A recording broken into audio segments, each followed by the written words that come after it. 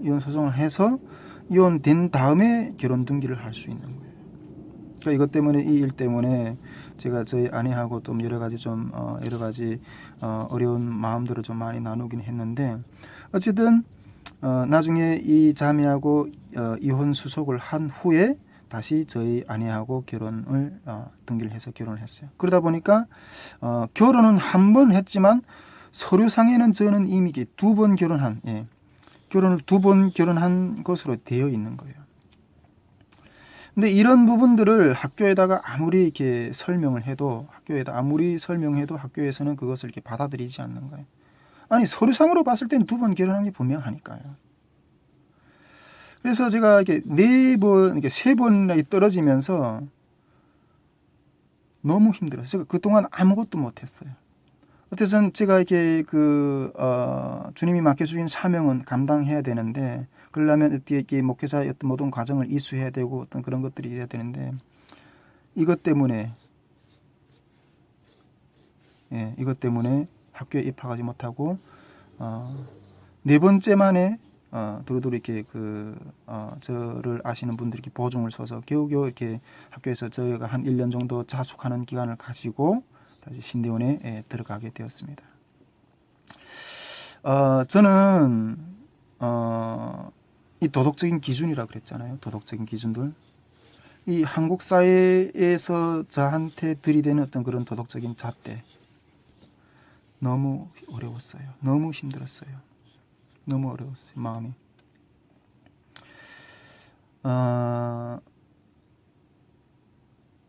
탈북민들이 어떤 그 삶의 어떤 그런 것들을 도저히 이해조차도 하지 않으려고 하는 이 한국 사회의 어떤 한 부분이겠지만은 너무 마음이 어려웠어요. 탈북민들은 여러분, 탈북해서 중국에서 이렇게 방황하다가 국적도 없이 혼기도 다 놓치고 어떤 그런 상황 가운데 살다가 그래도 이렇게 뭐 남녀가 또 마음이 맞는 사람들이 맞으면 그냥 사는 거예요. 예, 그냥 사는 거예요. 가정을 이룬다? 그런 식으로 그냥 사는 거예요. 우리도 좋은 예식장에서 부모님들이 축복을 받으면서 가족들이 축복을 받으면서 그러한 결혼 생활을 하고 싶고 시작하고 싶고 지인들이 그 모든 축복을 받으면서 진행하고 싶어요. 그냥 살고 싶어요. 그런데 이 탈북민들이 어떤 그렇게 살아낼 수 없는 그런 상황 가운데서 그냥 세상을 방황하다 또 돌다가 마음 맞는 사람이 있으면 물 한 그릇이라도 떠놓고 같이 마음을 나누고 사는 거예요. 그냥 사는 거예요. 이것이 탈북민 사회 가운데 모여 사는 가정이 이루어지는 가정이에요. 근데 이 부분을 이해를 해 못 주고 그러다 보니까 얼마나 많은 시행착오들이 있겠어요. 얼마나 많은 그런 아픔들이 있겠어요. 북에 있는 가족들을 생이별하고 데려올 수도 없는 상황인데 또 홀로 사는 것도 어렵고 또 새로운 어떤 그런 출발을 하게 되는 이러한 모습들을 이해하지 못하는 이 한국 사회의 어떤 도덕적인 기준들 때문에 많이 어려웠어요.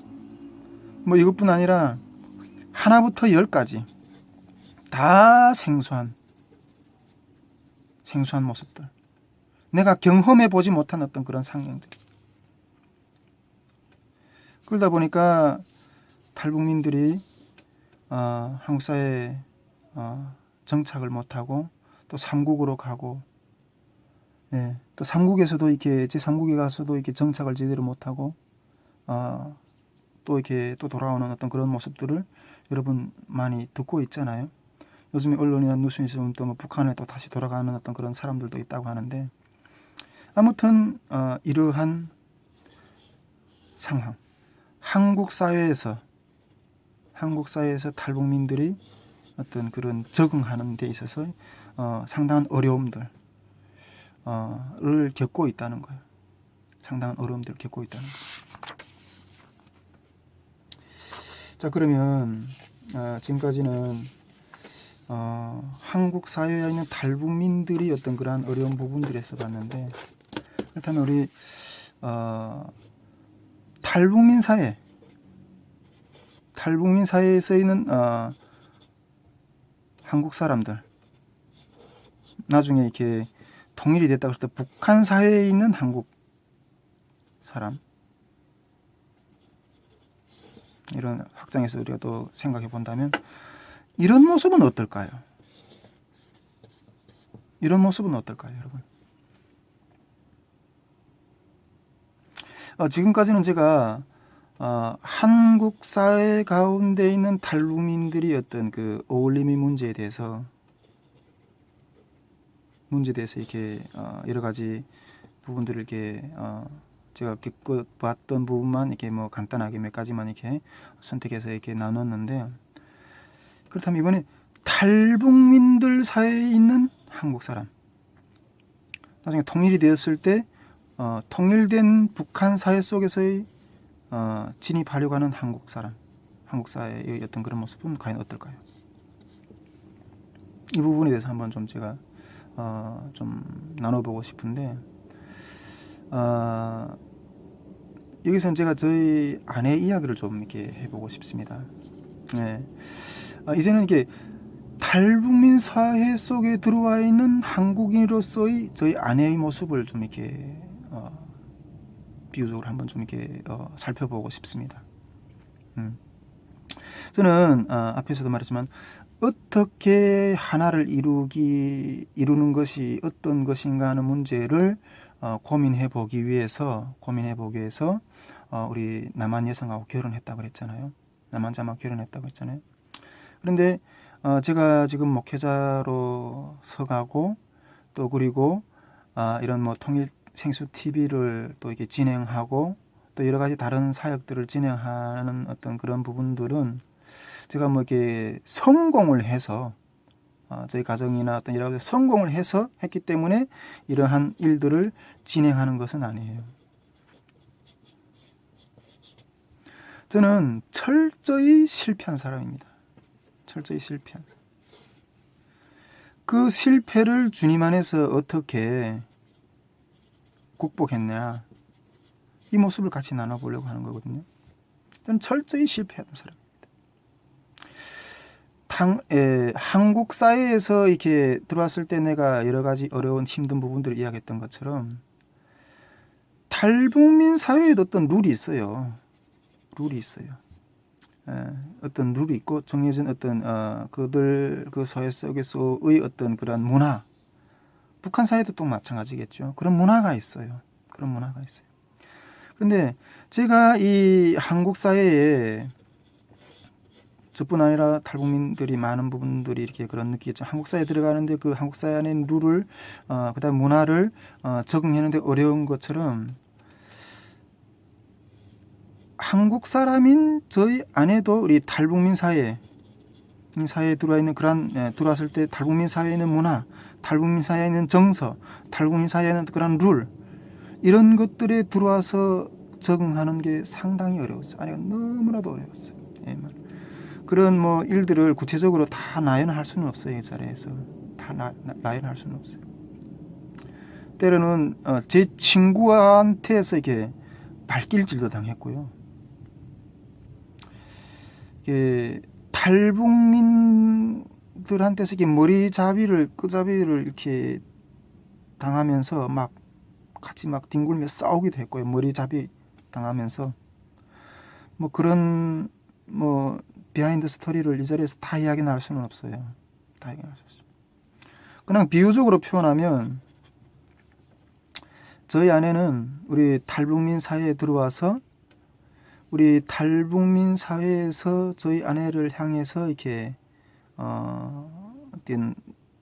받은 어떤 그 저희 아내가 탈북민 사회에서 들어와서 받았던 어떤 그 느낌을 비유적으로 표현하면 탈북민 사회가 우리 아내를 향해서 쏘는 기관총을 맞았어요. 따다다다다다다다다다다다다다 기관총.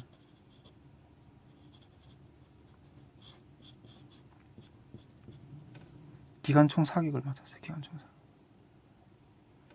그 속에서 아내는 신음하면서 온갖 어떤 그러한 고충과 어떤 그런 것들을 다 겪었어요. 다 겪었어요. 뭐 시월드라고 이게, 예, 저희 아내의 표현을 말하면 탈북민 사회 전체가 이게 시월드라고 이렇게 표현을, 뭐 어떤 그런 이야기를 하고 있었는데, 저는 이런 일들을 경험해 본 적이 없거든요. 경험해 본 일이 없어요. 이럴 때 내가 이게 어떻게 대처해야 되는지 배운 일도 없어요. 뭐 어떻게 이 상황을 극복해 놔야 될지 참 암담하더라고요. 그냥 제가 할 수 있는 것은 아내에게 참아야 된다. 참아야 된다. 우리가 참아내야지만이 북한 선교를 감당할 수 있다. 그냥 그런 말밖에 할 수밖에 없어요. 그러는 과정 가운데 아내는 우리 탈북민 사회에서 날아오는 이런 기관총을 맞으면서 점점 신음 속에서 점점 죽어가고 피를 철철 흘리면서 죽어가고 있었어요. 저희 가정이 죽어가고 있었어요. 저희 가정이죠. 여러분, 저는 예수님을 안다고 생각하는 사람이었어요.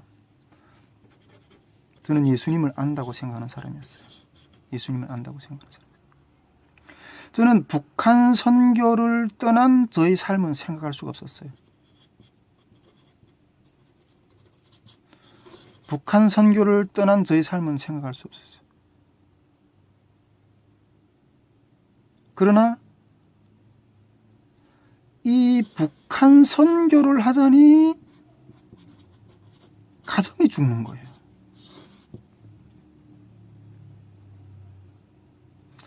이 가정을 살리자니 제가 주님 앞에서 받았다고 생각하는 이 북한 선교가 죽어가는 거예요.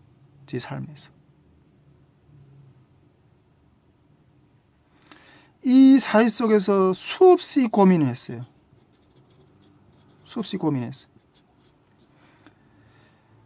아니다.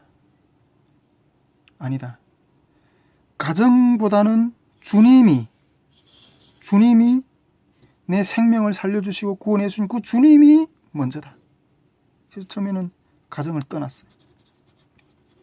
가정을 떠나서 박차고 나가고 몇 번이고 나갔어요. 주님이 더 중요하기 때문에. 나는 예수님을 부인할 수가 없고 예수님을 안다는 사람인데 어떻게 가정보다 주님의 일을 뒤로 할 수 있겠네요. 그래서 나갔어요. 그러나 나갔다가도 다시 돌아오고 왜 돌아온지 아세요? 주님이 일이 아무리 중요하다 한들 주님, 저 혼자서는 감당하지 못하겠습니다.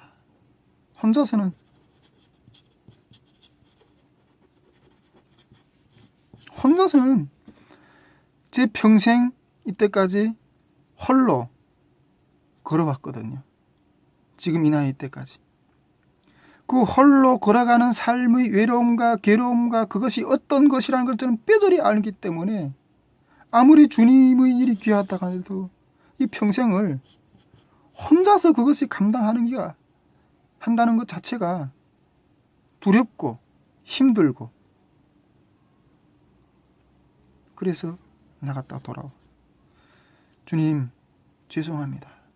미안합니다. 홀로 걸어갈 수 있는 믿음이 없어서 이렇게 돌아가는 저를 용서해달라고 몇 번 나갔다 몇 번 나갔다 돌아왔어요. 그러면서 사명을 포기하기로 했어요. 사명을 포기.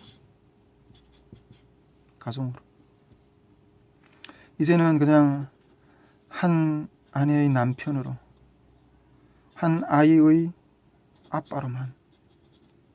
아빠로서의만 삶은 그냥 살자, 이렇게 생각하고 가정으로 돌아왔어요.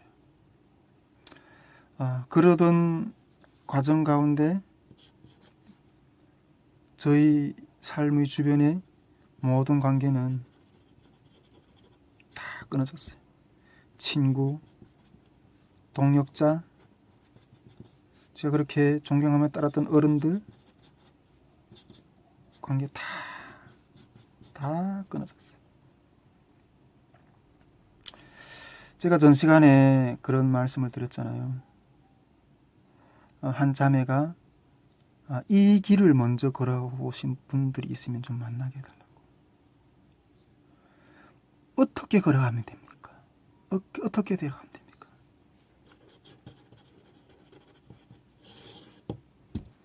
이 어떻게라는 질문국 가운데 저는 실패자였어요.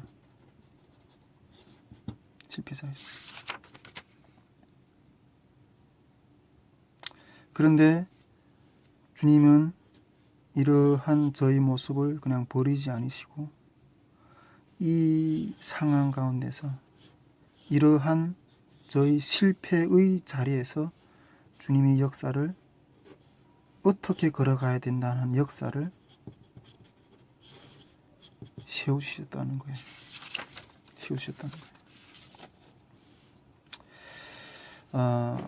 한 번은 제가 그러한 나날들을 보내던 중에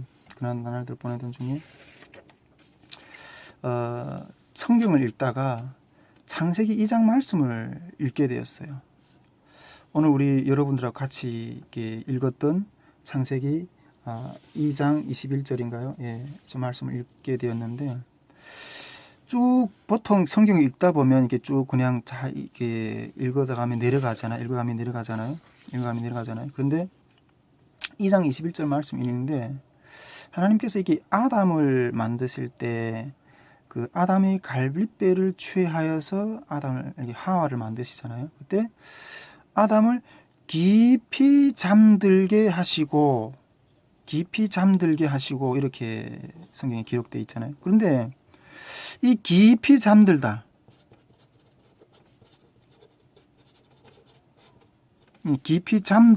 이 말을 읽는데, 이 문구를 읽는데 도저히 이게 눈이 다른 데로 돌아 안 가는 거예요. 더 이상 밑으로 내려 읽을 수도 없는 거예요. 그래서 제가 이 깊이 잠들다는 이 말이 무슨 뜻인가 이렇게 생각하다가 제가 이렇게 원문을 봤어요. 이게 원문이 오늘 이 타르테마,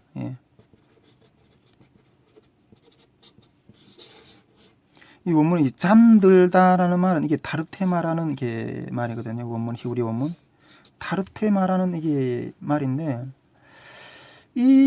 우리가 보통 잠들다는 이 말을 평상시에 이 타르테마라는 이 잠들다는 말은 우리 평상시에 어떤 잠들다는 어떤 그런 의미가 아니에요. 평상시에 이게 잠들다는 어떤 그런 의미가 아니에요. 이 말의 의미는 기절하다, 정신을 잃다, 이런 의미거든요. 죽음, 기절하다, 정신을 잃다, 이런 의미거든요. 우리가 보통 잠자는 사람을 보고 기절했다, 죽음에 가까운 어떤 정신을 잃었다, 이렇게 말하지 않잖아요. 잠자는 사람을. 그런데 이 원문에 보면 이 잠들다는 이 타르테마라는 이 원문의 의미는 기절했다, 정신을 이렇게 죽음에 가까운 어떤 정신을 잃었다, 이런 의미예요. 이런 의미예요.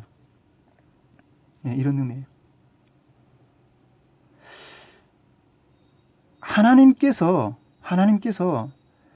이게 아담을 깊이 잠들게 하셔서 그 잠들게 하시는 그 사이에 갈빗배를 취하여서 이렇게 하와를 만드시는데 이 잠들게 한 갈빗배를 취해서 만드는 이 잠들게 하는 깊은 어떤 기절과 어떤 고통과 어떤 정신이 이런 어떤 그런 고통, 아픔이었다는 거예요. 아픔이었다는 거예요. 하와를 만드는 과정은 아픔이었다는 거예요. 아담의 입장에서는 아픔이었다는 거예요. 우리가 이게 다 일반적으로 알고 계시겠지만은 이때 당시 아담은 아직 죄를 짓기 전이거든요.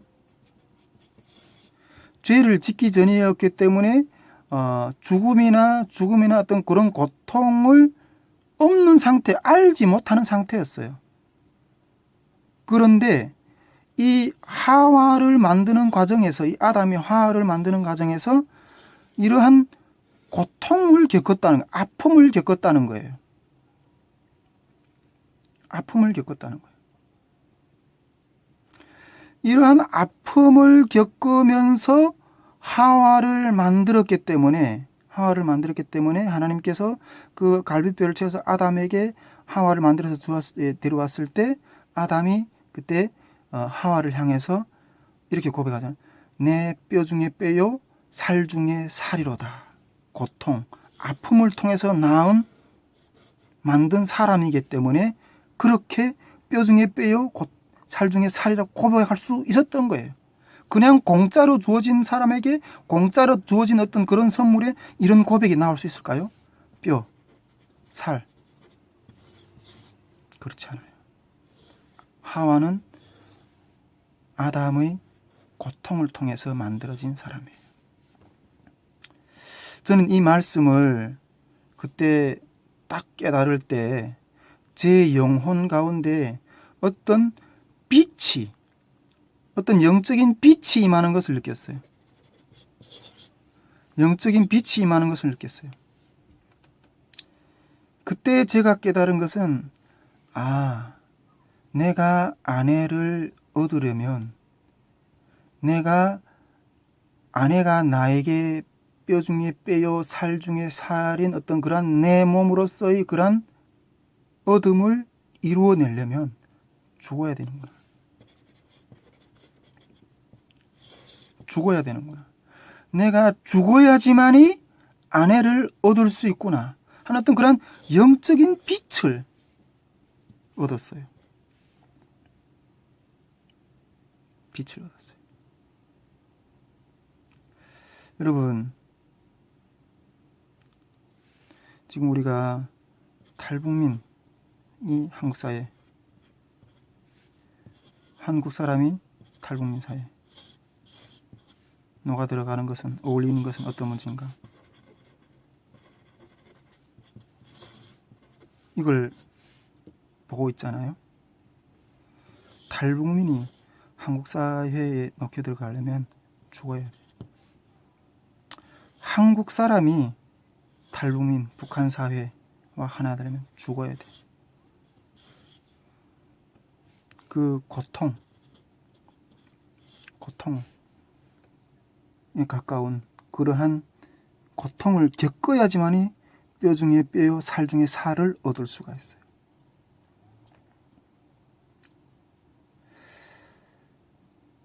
탈북민이 한국 사회에 바로 정착하고 일원으로서 세워져 가고 그리스도 안에서의 어떤 한 몸을 이루려면 자기의 뼈가, 살이 떨어져 나가는 고통을 겪어야 된다는 거예요. 한국 사회가 탈북민 사회와 하나가 되는 어떤 그러한 것들을 이루어내려면 자기 살이, 자기 뼈가 떨어지는 것 같은 고통을 겪어야 된다는 거예요. 고통을. 그래야 할 때만이 탈북민은 한국 사회에 하나가 될 수 있고 한국 사회는 탈북민과 하나가 될 수 있는 길이 열려진다는 거예요.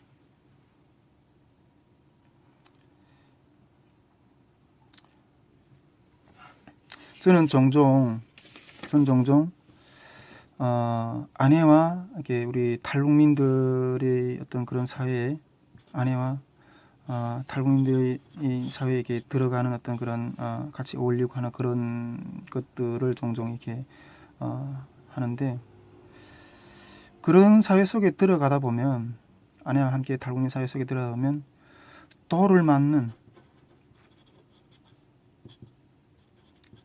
돌을 맞는 어떤 그런 상황이 종종 이렇게 발생하게 돼요. 돌을 맞는다고 해서 비유적으로 말하는 거예요. 예. 돌을 맞는 어떤 그러한 상황이 종종 발생이 돼요. 왜냐하면 어떤 아내는 우리 한국 사회 어떤 자기 어떤 그런 우리 한국 사회 어떤 일반적인 어떤 그런 아까도 제가 이렇게 개념이라고 그랬죠. 그런 개념적인 기준으로 탈궁사에 들어가는 거예요. 탈궁사에 들어가는 거예요. 그러다 보니까 탈북민 사회에도 나름대로 있는 그런 개념의 돌을 맞는 거예요. 그 개념이 맞지 않았던 부분 속에 개념의 돌을 맞는 거예요. 돌을 맞는 거예요. 제가 탈북민들한테서 날아오는 그 돌을 그냥 아내가 이게 떨어지게 놔두면 아내는 그 돌에 맞아서 죽을 수밖에 없어요. 죽을 수밖에 없어요. 죽어요. 그래서 아내를 살리려면 탈북민들 사회에서 날아오는 이 돌을 내가 막아야 돼. 내가 막아야 돼. 제가 막아주면 이 아내는 그 돌을 맞지 않고 살 수가 있는 거예요. 처음에 저희 아내가 저한테 계속 했던 말은, 결혼 초기에 계속 했던 말은, 왜 내 편이 못 돼주냐? 왜 내 편이 못 돼주냐는 거예요. 왜 내 편이 못 돼주냐? 나중에 상황이 많이 나아지면서도 이게 농담으로 내 편이 아니겠대 남편이라고 그렇게 이야기하는 것도 우스갯소리로 나중에까지는 그렇게 하게 되었는데, 왜 내 편이 못 돼주냐는 이야기를 그 하소연을 제일 많이 들었어요. 나중에 처음에는 그 못 막아주다가 아내를 살리려면 내가 이 돌을 막아야 되는구나 어떤 그런 이야기에 그런 것들을 깨닫게 되면서 계속 이렇게 최대한 막아주려고 이렇게 노력을 했어요. 그런데 저도 탈북민이잖아요. 탈북민들의 입장에서 이러한 나를 보면 어떻겠어요? 탈북민들의 입장에서 이러한 나를 보면 어떻겠어요?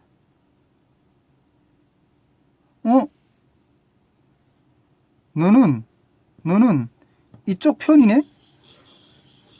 우리 편이 아니고 이쪽 편이네?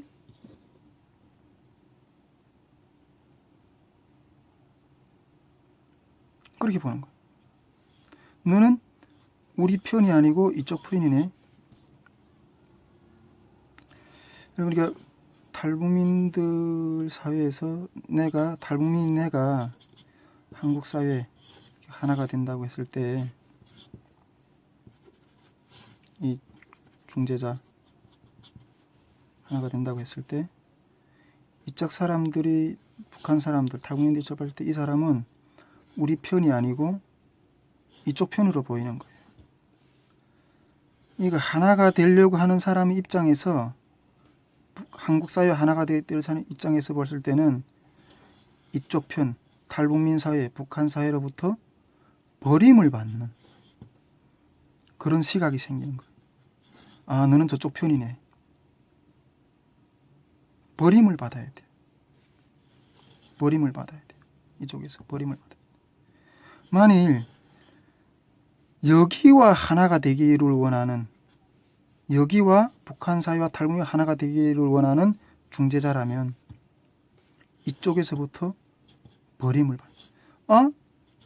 너는 우리 편이 아니고 이쪽 편이네? 이쪽 편이네? 이런 시각이 보이는 거예요.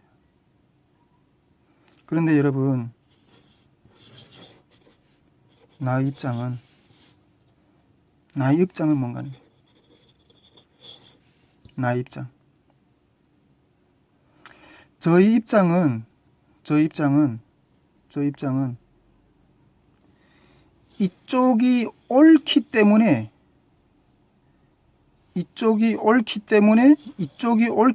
이쪽에서 날아오는 돌을 막아주는 게 아니에요. 이쪽이 옳기 때문에 이쪽에서 오는 돌을 막아주는 게 아니에요. 단지 여기와 하나가 되기 위해서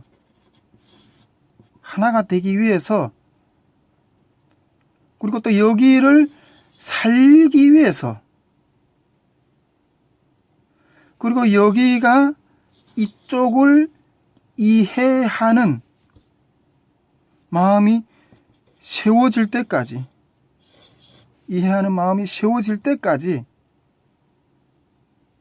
반대편에서 날아오는 돌을 막아주는 거예요. 여기가 옳아서가 아니라.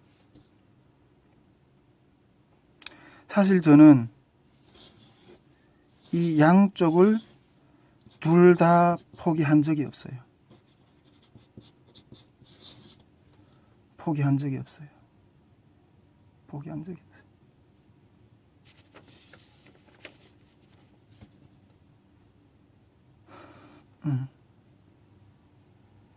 없어요. 우리 주님이 그러셨잖아요. 요한복음 8장 1절에 11절에 가늠하는 여인 너희 중에 죄가 없는 자가 돌을 치라고 했거든요. 근데 예수님이 그렇게 말씀하신 것은 가늠하는 여인이 옳아서가 아니었어요. 그 가늠하는 여인을 살리기 위해서였어요. 예수님은 그 돌을 던지는 자들이 그 율법을 포기한 적도 없고 죄인을 포기한 적도 없어요. 죄인을 포기한 적도 없어요.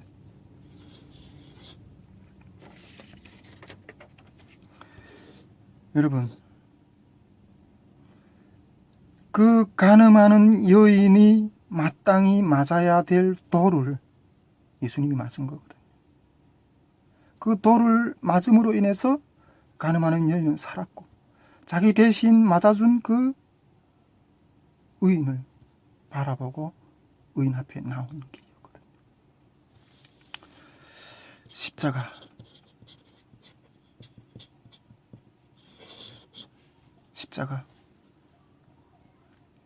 십자가의 의미가 뭡니까? 여러분, 하나님의 공의,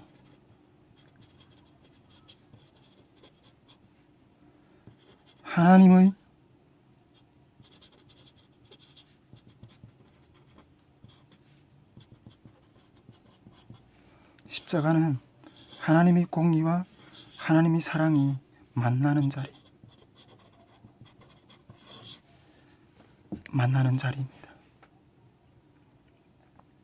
하나님의 공의와 하나님의 사랑이 만나는 자리입니다.